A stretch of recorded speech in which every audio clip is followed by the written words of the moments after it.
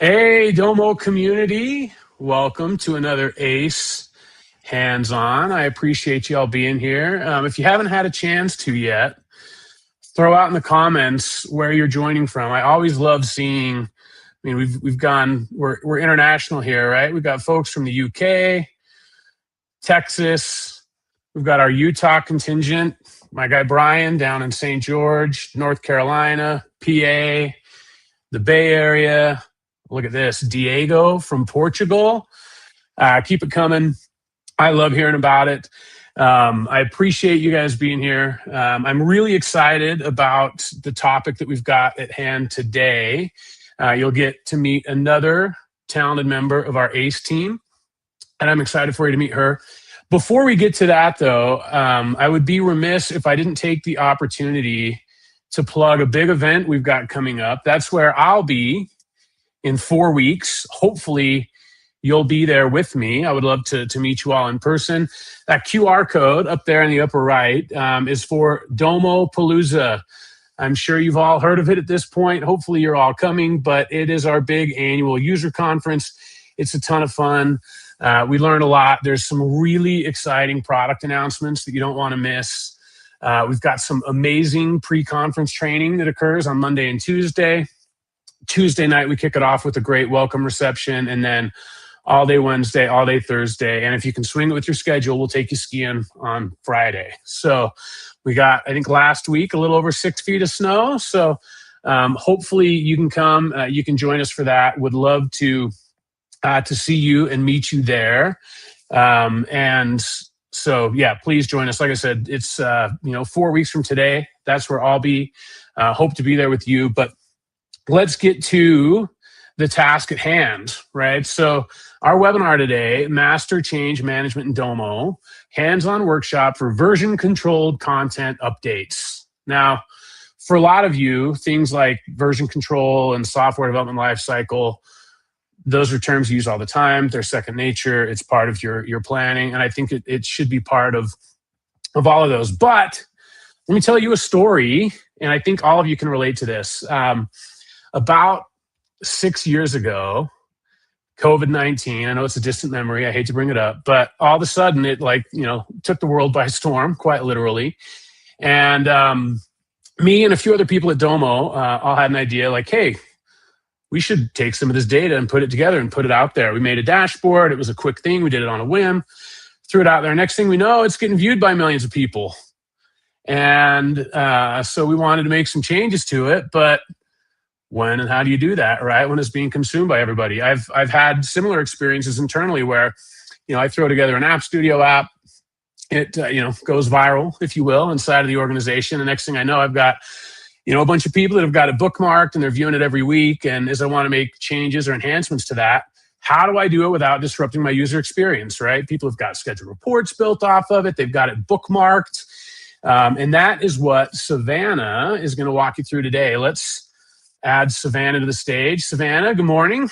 Good morning, Dan. I'm so pumped that you're here. I think, so Savannah spent a lot of time with Sandbox and some of the products that we're going to use today. As we're working with our customers in the ACE program, we see it all the time, right? Somebody's got an asset that they've built. I actually had a customer tell me that they were, every Sunday night, they love Sundays because that's the day that their retail stores close early. And that's the night that they can hurry and change a bunch of stuff that they know is going to impact their users before they see it. And I'm like, no, there's a better way. And that's what we're going to show you today. So by the end of the webinar, we're going to have created an App Studio asset. If you don't have one that you want to play around with, we'll have created an App Studio asset. We'll have shown you how to make a copy of that thing where you can make your changes without impacting your users. And then whenever you're ready, push those changes back to the original asset so that everybody can experience it and they don't get to see everything along the way as you're making your changes and iterations. Right? Yeah. Yep. All so excited to dive into Sandbox with you all today. So I love it. Yeah, right. Go ahead, Savannah. Let's started. Okay. So to start off with, I do just want to go over a little bit of the basic architecture of Sandbox and some of the key terms if this is not something that you're already familiar with. So kind of the typical software development lifecycle that we see, and that is the typical architecture in Sandbox, is that we start with some dev content, some content that we're working on, it's in development. And then once we're ready to make those changes to our production content or push it to production, what we'll do is we will create a repository with our content, which shows up as a My Repository in Sandbox. So these are objects of the same type, whether that be App Studio apps, dashboards, cards, even data flows. So once we have that repository set up, we can commit that repository. And that's basically just taking a saved version of that content at that point in time and creating a snapshot of that so that that can be available for promotion or even just for backup purposes. So once we have that repository created, we can share it with our destination instance. So this might be our same instance, or this could be an additional instance that we have if we have kind of a separate production instance from our development instance. Either way works perfectly fine. So once we create that repository and share it, what happens next is a shared repository gets created. And this is actually the same repository. It just shows up on the other side, on the receiving end, whether that's in our same instance or our other instance. And that shared repository is what we can then promote to create or update our objects in our destination. So that's how we get our production content either created or updated. So that typical life cycle of our dev content, we're making our changes there. We commit our repository of that content, and then we promote our shared repository to actually update the production content. So they are two distinct processes. We don't have to always promote our commits, but we do always have to commit if we want to promote that version of the content. So what we're talking about today, now that we kind of have this basic architecture understanding and our key terms set out, is what we call our linked repositories in Sandbox. And so these are the way to actually start with existing production content and essentially seed it into our development space, whether that be in the same instance or a different instance, to get that dev copy, that dev version of our content, which we can start making changes to that our users don't see on the production content until we promote back, and we actually will promote back to our existing production content. So if users have this bookmarked, if you have this content embedded somewhere and you don't want to change all those links because that's a headache, we can use these linked repositories to target the exact same content once we're ready to push those changes. So the way this works is now we're starting on the right side of my screen, right? We're starting with our production content. And what we'll do is we'll create a repository again, but we're going to commit this as a linked repository. And again, we'll share that with our destination, whether that be the same instance or another instance. And that will create, again, a shared repository in that destination, which we then promote and link. And so you'll see here as we go through this process that it is a little bit different, as it does say promote and link instead of just promote. And that's really what we're looking for, because that will do this next step all automatically. It creates a bunch of things for us. So when we hit this promote and link, what will happen, and we'll hop into the demo in just a minute here, is it's going to ask us to actually name a new repository, which we've already started with a repository. We just named our repository, right? And so you may be asking, oh, I've already got a repository. What this is going to do is it's going to create a new repository that starts from our development content and pushes back to our production content. And this is where all the magic happens. So once we give this a new name, all of this stuff will happen automatically. We will create our dev content in our destination. A new repository will be created and committed by default, and it will automatically share back to our production content. And so that's the magic that's happening with our linked repositories, is it knows to target that original production content rather than just create new content. So once we have our dev content created, we can now make changes. We can commit that content again into our, into our repository, and then we can promote those changes back to production. So it targets that exact same content that we started with. Once we've done that, we can actually delete that original repository, that one down here, because that was an initial process to just get this dev content created. Going forward, we will always be making updates in dev and pushing those to prod. So we never need this link again. That was a one-time thing. So we'll actually go ahead and delete that today. And we'll do that as part of our session as well.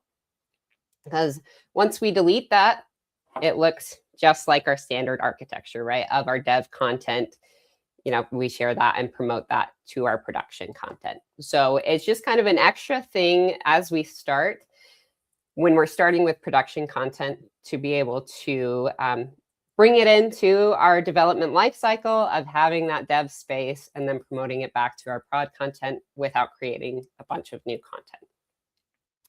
So with that, I am going to hop into my instance here. And so if you'd like to follow along with what I'm doing, we're going to get some sample data, create an app, create the linked repository, etc. If you have some content that you would already like to use, go for it. Just be sure to follow along. Also, we are using new navigation in this instance, so you may see some differences. I will try to point out along the way, where there may be differences. So very first thing we're going to do is we're going to get some sample data to start with. So if you're using new nav, I like to go to the search and just search for the App Store. On old nav, this will just be up in the top ribbon under App Store, that little kind of storefront icon. We'll go there. And we're going to go to the search. So I've already searched for sample data. So you see it pop up right here. Just go ahead and search for sample data. And we will click that and we'll hit get the data. And this is going to take just a minute to load. So once it does, we are going to grab, you can see there's a number of sample data sets. This is a great option if you're ever just kind of wanting to play around and you need some data. This is a great connector for that. I'm going to go down and find this Moto Retail data source. So we'll grab that. And then this will pop up with our available reports. And so I'm just going to leave it as our barbecue grill sales report. We'll go ahead and give it a name. And we will save this. So this will create my data set. And we'll just let it finish importing. Go through all of our steps. All right, so we've got 77,000 rows of data. So I'm going to go ahead and take a shortcut here. Not all of you may see this. If not, go ahead and just do the manual process of creating an App Studio app. For those of you that do see this Domo AI create option here, that's what I'm going to go ahead and choose. This is a really cool feature that we have, where we can use AI to actually create a dashboard or an App Studio app for us based on our data set. So it's going to review our data set and any permissions that we may have on here, and then create some cards and actually create a full dashboard with some context, some different sections for us, and what it thinks we might care about from this data set. I love this, Savannah. I think it's so cool that we're showing them how we can have this AI create it for them. Again, if you've got an App Studio asset, like Savannah mentioned, that you'd rather use, you don't have to create this new one. We're just going to do it in a no consequence environment. But there were a couple of things that I wanted to bring up real quick. Brian asked, please post this slide deck with the recording. So one thing we'll do, Brian, at the end, I will share again a link to an asset that we've made publicly available where you'll be able to see this deck. You'll be able to sign up for future webinars, which we'll announce one here at the end. And also, be able to see all the past webinars and any assets that go along with those. So yes, we'll make sure you have that deck. And then I also wanted, Savannah James is asking about deleting the original shared repository.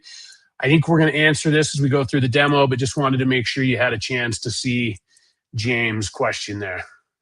Yes, absolutely. Appreciate that, Dan. And yes, we will certainly talk about that. The answer is yes.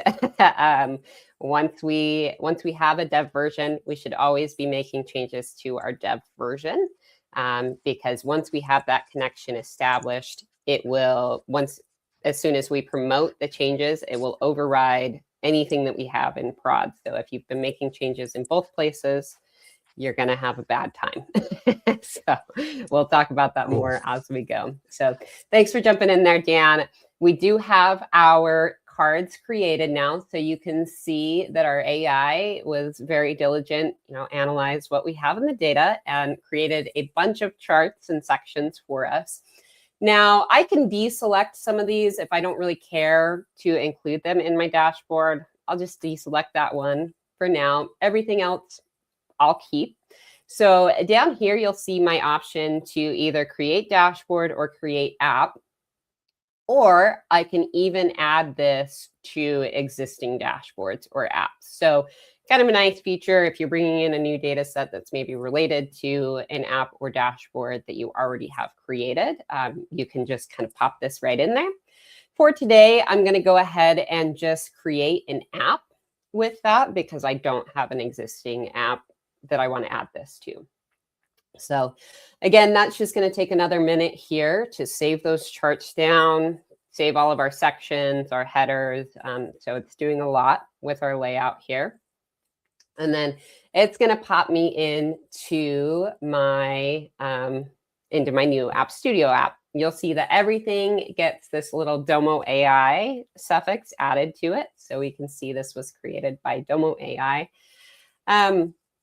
And all of my charts exist, my little sections with my headers and some text explaining what these sections mean. So I've got this beautiful app now.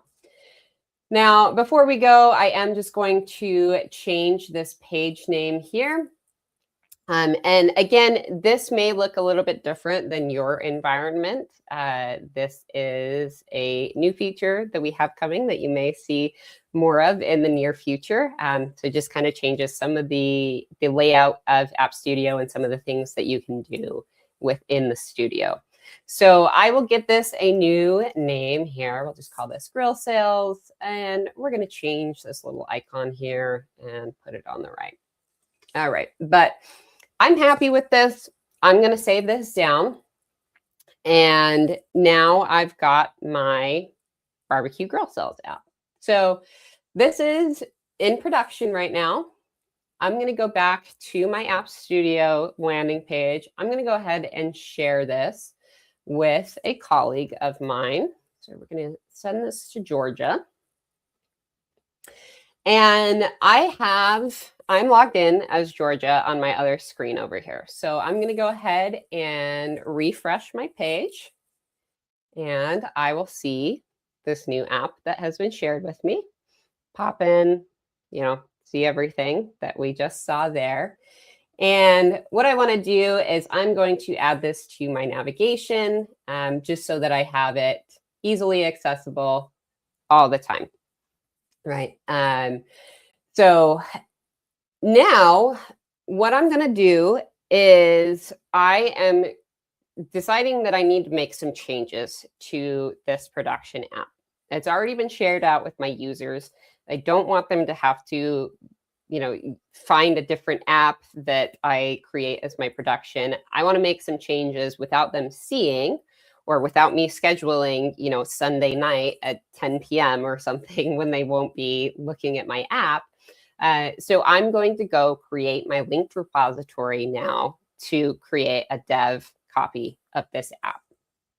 So if you're following along, we are going to go up to features, or if you're in the old nav, you're going to hit that more menu up in the top.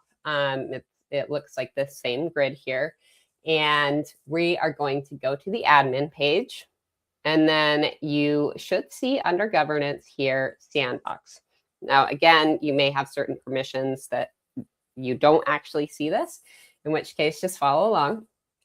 But I am going to go to my sandbox landing page. And so this will always pop me out into my repositories page. So these are the existing repositories that I have in this instance. And you'll see that I have both my repositories and shared repositories. So that's kind of the common thing with Sandbox. There's always two sides of everything, right? Kind of your dev side or the originating content side, and then the receiving content side. So that's my shared repositories over there. So first things first, I do need to make a change to a setting here. Because I'm doing this within the same instance, I actually need to allow that in my sandbox settings. It's not turned on by default. So I'm going to go up here to my settings tab, and you will see this allow same instance promotion toggle. So I'm just going to go ahead and turn that on, and we'll save our settings here. And once that's done that, I can come back to my repositories. So I'm going to go ahead and create a new repository, and we will give it a name. So this is going to be my barbecue grill sales app. And I'm going to select an object type. So repositories are all objects of the same type. You can include multiple objects in one repository. Just remember that they all get committed and promoted together. So group them accordingly, because you don't want to be committing content that should not be committed. So we're going to go to my App Studio, and we see just my barbecue grill sales app here. And you'll see that my create initial commit checkbox is already checked. So I do want to stick with that because it's ready to go. We are going to check this box for create as a linked repository. This is really important because this is what's going to create that process that I showed in my PowerPoint that allows us to target this content back once we have our dev repository created. And before I go, I'm actually going to adjust my repository name to call this barbecue grill sales app initial seed, because this is my one-time repository. I want to make it very clear that this is a one-time thing. I'm going to delete this later, and you'll see why that's really important in just a minute. But now that we have that ready to go, I will just hit save repository. And because I have this create initial commit button checked, it's going to go ahead and commit my content at the same time. So when I first create a repository, it's going to prompt me on the sharing the very first time. And so right now, you see that I'm starting in my Domo enablement dev instance. So I have default access. What that means is that I can commit from this instance, but I cannot promote. And so I need to change this to say that this instance can promote as well. And that's where that setting came in, to allow same instance promotion. Otherwise, I wouldn't see this option here to can promote. Also from this window, you can share the repository with specific people in your instance to be able to access this and commit as well. I'll just leave that as is. I'm the only one that needs to worry about this repository for now. So as soon as we've done that, we will just hit close. And you may have noticed that I got a little pop-up down here saying that my commit was successful. I also see that here under my last commit, I see this little green bubble, which indicates everything was good to go. I can click this date specifically. It is very touchy. You have to click the date. And this will take me to my commit logs. So we will see everything that was included in this repository. We will have links to it. And if there was any sort of error or warning, that would show up in our level field here. So I can see that everything was successful, and we will we'll head back out of here. Hey, Dan. Hey, Savannah, wanted to interrupt you real quick. I thought it was good timing with what you were just showing. We've got a couple of questions. First one, Eric brings up that an issue with pro code apps that cannot be sandboxed. I don't know if you want to speak to that. If you want to speak to that specifically. For sure. Yeah. Eric, so there are some limitations with pro code apps, but they are supported for the most part either through an App Studio repository. So if you have a pro code app that's within an App Studio app, that should go through just fine. Or if you do a cards repository and specifically select the card that's attached to that pro code asset, that should work as well. Custom apps are not, or pro code apps are not supported through dashboard repositories. So if you've seen that before where you're promoting a dashboard repository and you have some issues with those custom apps, that would be why. They just need to be passed over separately in a cards repository. Yeah, and there are, Eric, I'm glad you brought it up. There are a few other things that as you go through and you look at what Savannah just showed, you may notice some other errors. The product team is hard at work to ensure that as new pieces of functionality make their way into the product, that they are supported everywhere, like in Sandbox. So you'll continue to see additional support there. But yeah, there are a few caveats. We've got some training we can link you to at the end specific to Sandbox, not necessarily relative to our business problem we're solving today, that goes into some of those things, like James' question around Jupyter notebooks. Yes, we have intention to support really the entirety of the platform. So one other question that I wanted to bring up from Josette. Josette's wondering, do we need a repository for each app?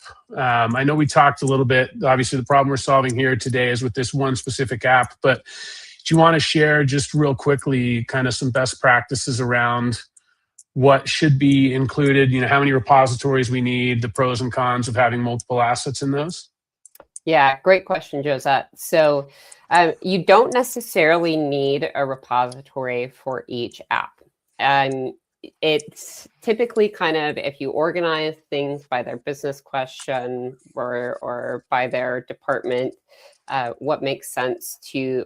what content would make sense to be worked on and committed and promoted together, right? Like I said earlier, all of the content in a repository gets committed and promoted. When you do that, you can't pick and choose pieces of the repository. So just make sure that the content would make sense that the content would all be ready to go at the same time if you're going to be committing and promoting it. Now, if you kind of have content that's split across different teams that are managing it, that would probably indicate that you need different repositories there, or are completely unrelated and maybe at different stages in their development life cycle. Those are kind of the questions to be asking as you're thinking about what content should be included in my repositories. Cool. One other thing, sorry for all the interruptions, but thanks for the detailed response there. Barry mentioned that he's not able to see it, right? So if you are similar to Barry, there's a couple of things that Savannah mentioned earlier that could be impacting that. One, there are grants related to your user profile, right? So it could be that your user just doesn't have access to it. And two, if you've been a customer of Domo's for a long time and you're still on a legacy contract that's based on products and seats as opposed to consumption credits, at that point in time, Sandbox was a premium feature. So it could be that it's not enabled in your environment. Reach out to your CSM. If that's a situation, we're happy to get it enabled for you.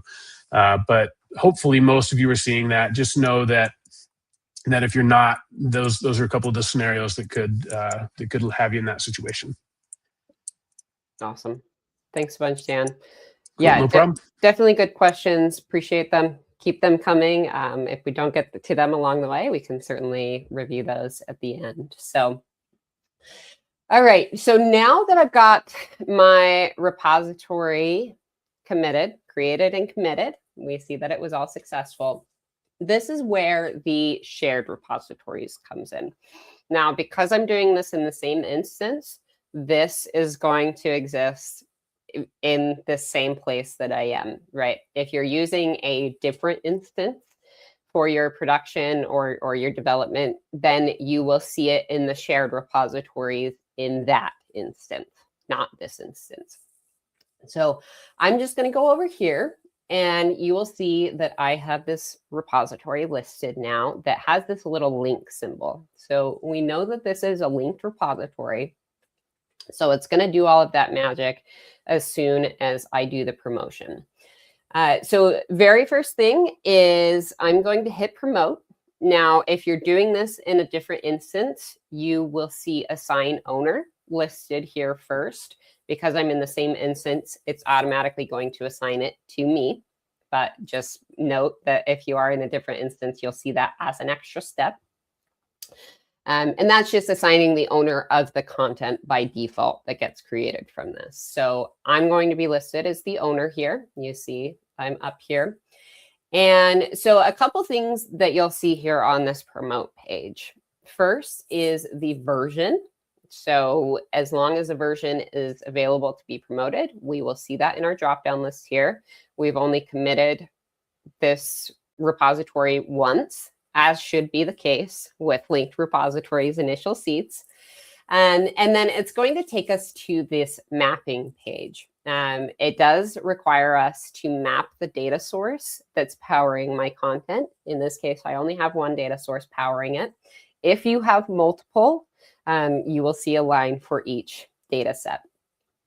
I can either manually choose the data source that this should be mapped to, which in this case, I'm just going to choose the exact same one.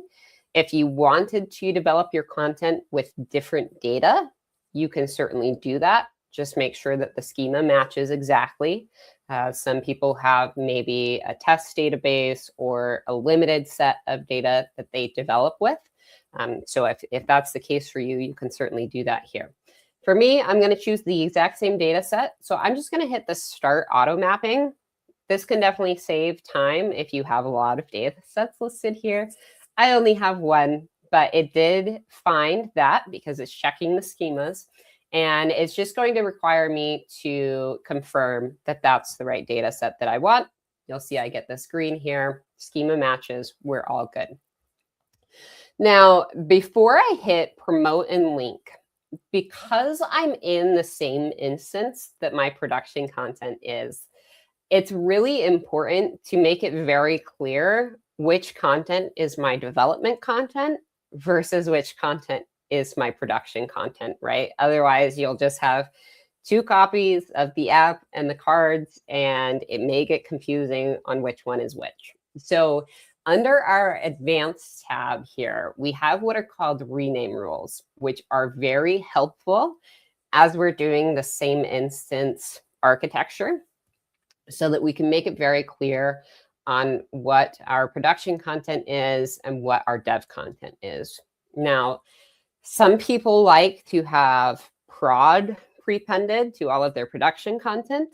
I'm more of the mindset of let's have dev prepended to our dev content and then have our production content just have their standard name without any production tag added to it. Whatever you want to do, that works for you. There's a lot of flexibility that we have with our rename rules. But I'm just going to add one here, and we are going to prepend that dev. We're just going to do dev underscore to the start of my app and my cards that are in here. So all of my content, all of my app content and all of my cards content, we are going to rename their names with the dev added to the front of it. So we'll go ahead and save those settings. And you see that they're enabled here now. And now, once we have that ready to go, we can hit this promote and link button. And like I showed in my diagram earlier, before this does anything, it's going to pop up and ask me to create a new repository name. So this one I'm actually going to call Barbecue Grill Sales App, because this is the repository that I'm going to be using going forward to promote my dev content to my production content. So we are going to go ahead and hit promote and link at this point. And that's going to get working now. We see that this is processing, and this will kind of take a minute. And you'll notice here that we don't have any other apps called Barbecue Grill Sales App. We'll see in just a second, once this gets promoted, we'll go take a look at my repositories, because it will create a repository for us. And then it's going to show up under our shared repositories as well. Hey, Dan? Savannah, why we let this process? Jesse asked, is promoting the equivalent to pushing in GitHub, or are the commit and push steps kind of merged? I'm a little bit embarrassed to say that I'm not a GitHub person, not an engineer. I pretend to be one sometimes. But do you know the answer to that, Savannah? Is that one that you're familiar with? So it is a little bit like the GitHub process, yes, of committing. They are separate steps, right, where we commit, but we don't have to promote. So we will still commit and kind of fork at that point a version of the content, and then we can promote that, but that is a separate step rather than the commit automatically promoting. Cool. Jesse, hopefully that answers your question. If not, hit us back in the comments, but I'll let you get back to it. It looks like your process finished. Yep. So it did finish. You'll see again, we can confirm that everything was successful here with our little green dot. And again, we can click on this and we can see our logs here from this event. And you'll see now that a ton of things were created, right? So it created these dev pieces of content for me. So, and you'll see the names here, right? So we created this dev reasoning card, dev reasoning sales performance overview card, and then we created this new dev barbecue grill sales app, which is a different link here. So I'll hop out and go back to my apps list here. You see we have my original barbecue grill sales, and now we have my dev barbecue grill sales. And this right now is shared only with me. I'm the content owner. So if we go back to Georgia and we take a look at her apps, right, and we do a quick little refresh, she still only sees our production barbecue grill sales app. So if I come back to myself, I just want to show you real quick before we make some changes. We'll go back to Sandbox here. Again, admin Sandbox. And we'll see under my repositories now that we have this additional barbecue grill sales app repository that was committed today as well. So that was automatic from my promote and link step. You see that I've got my initial seed as well. And then if I go over to my shared repositories, you see that I've got my initial seed, which we promoted and linked. And I have my barbecue grill sales app repository as well. So this is what I'll use going forward. This has not been promoted yet. And what I actually like to do at this step, even though we haven't made any changes to our dev content, it has committed. So it's just committed the exact same version as our production version right now. I actually like to go through and promote it here as well, because there's two things that this will do for us. A, it will confirm that the linking process is correctly done and that we're pointing back to our production content rather than creating something new. Little pro tip, if there's any issues here, if this isn't mapped, that's a good indicator that something went wrong with your linked repository and you'll want to start over and make sure things are good. But we've seen that the logs have gone through successfully. We see that this mapping is in place. So we're confident that things are on track here. But before I forget, I'm going to come to this advanced tab again, add another rename rule. And this time we're going to set it to remove our dev string from our apps and our cards, right? So, because we'll be working on our dev content that has everything named dev underscore. And when we promote that back to prod, we don't want to keep that dev underscore with it because that will lead to confusion again. So we'll go ahead and save those settings. And then we're just going to hit promote. And this will just let us know that if there was anything that we've maybe changed on our targeted content, it can be overwritten by this. So we'll just go ahead and hit promote. So again, there was that question earlier of once I get it into my dev space, should I only make changes in dev? Yes, because as you promote it back, it will override anything that you've done on the production side. So it's really important to keep those changes on the dev content so that it's always being made through that production content. All right, so now we've got that. It was completely successful. We'll go back and check our apps. Barbecue grill sales looks good, just as we left it. Dev barbecue grill sales looks exactly the same as barbecue grill sales right now because we haven't made any changes yet. So now that I have this here, I'm going to go ahead and make some changes to my app. So we're going to come in, we're going to edit this. Again, this might look a little bit different for you. I've got some different settings in here. We're going to change the theme. I've decided I don't really care for that other theme. And maybe I don't really care for this chart. So we'll just go ahead and remove this chart. We'll just remove it. I might keep the card for later. And then we're going to change this product performance. We're going to say this is grill performance. All right. So we're going to save and close that. So now my dev app does in fact look different from my production app. And if we go back to my user, Georgia, again, confirming that she sees no other apps, she still sees our production version, right? So product performance, still the old theme, still the other card listed here. So we'll say that I'm ready to go with my dev changes here. So I'm going to go back into Sandbox.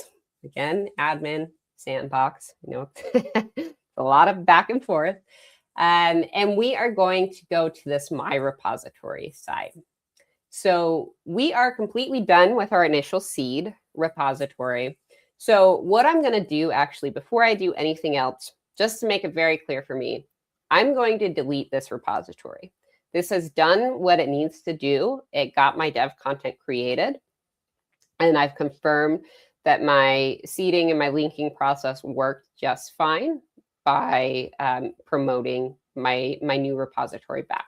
So we're just going to delete that. And you'll see that it removed that from my shared repositories list as well. So now I just have my barbecue grill sales app. So I'm going to go ahead and commit.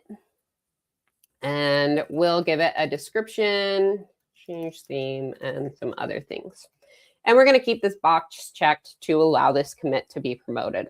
Like I mentioned earlier, you can commit things if you just kind of want a save point, a snapshot of that content without necessarily promoting them. But we do want to be able to promote this. We feel good about it.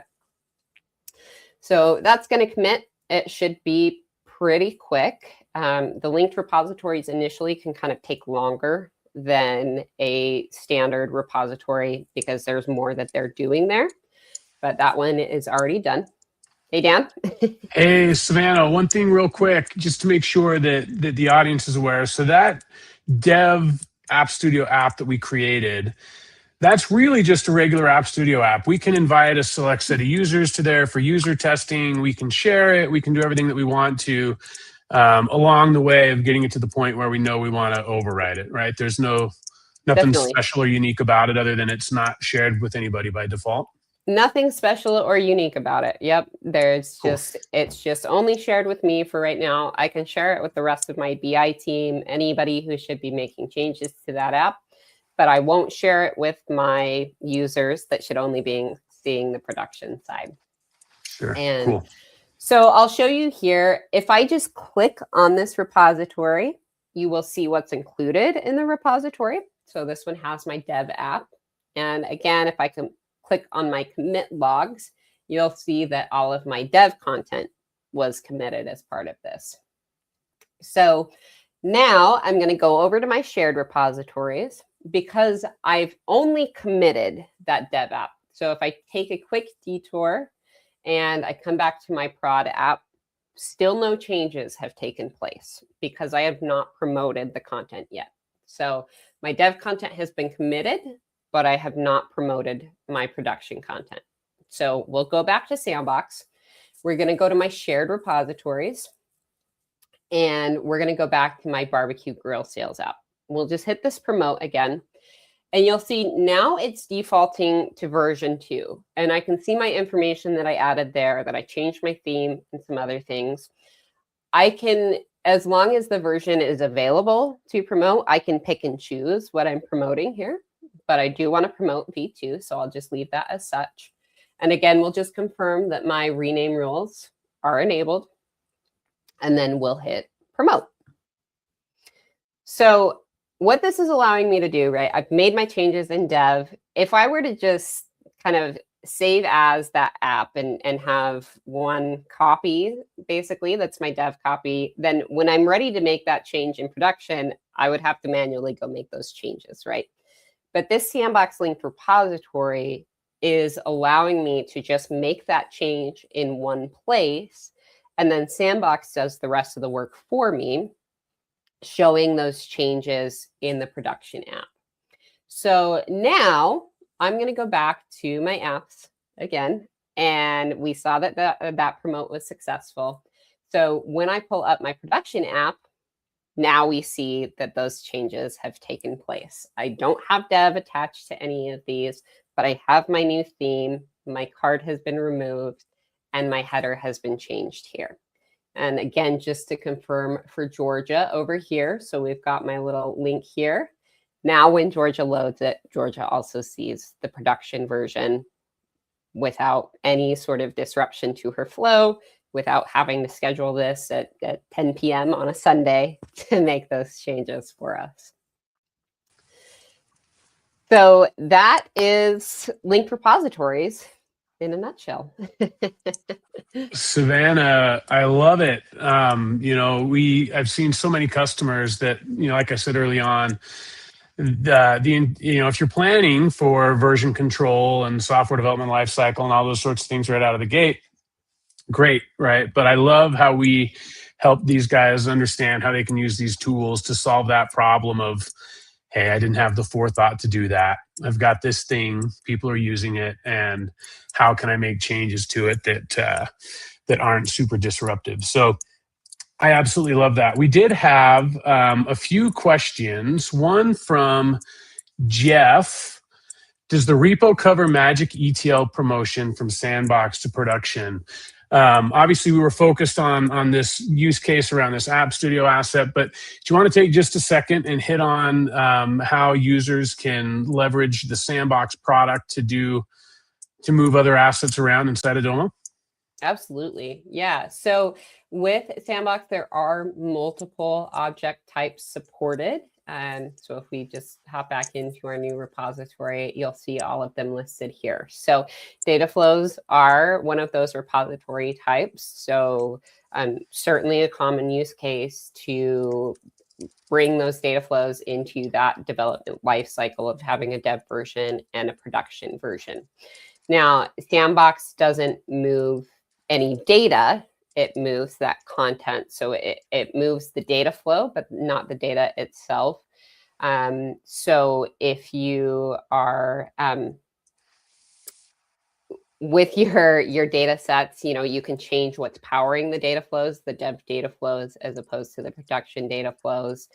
And if you're doing kind of a whole process data flows that could impact an App Studio app, order does matter there. So it would be good to start with your data flows so that you can get those input data sets mapped, and then the data flows will create their own output data sets in the destination, and then you'll map those output data sets as to what is powering the App Studio app.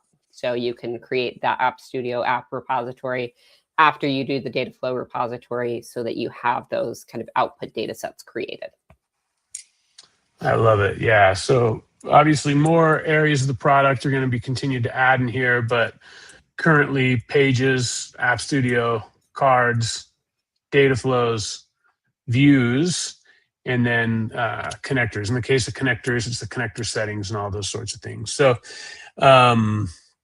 Jeff, you're welcome, my man. Savannah, thank you. I'll echo that. Thanks for covering that. Brian, how would you set up the linked repository for a new object instead of an already existing one? Yeah, so in that case, if it's a new object that you're just starting out with the dev version and there's no existing production version of the object, in that case, we just use a typical repository, which is the exact same steps. We just don't check this box for create as a linked repository. So if I grab a page real quick and I just create that initial commit, if this is my, dev version, then it's going to prompt me through the exact same steps of sharing that. But we don't have that additional promote and link and kind of that back and forth because it's just not necessary if we're starting with dev content. Cool. Good question. Thank you.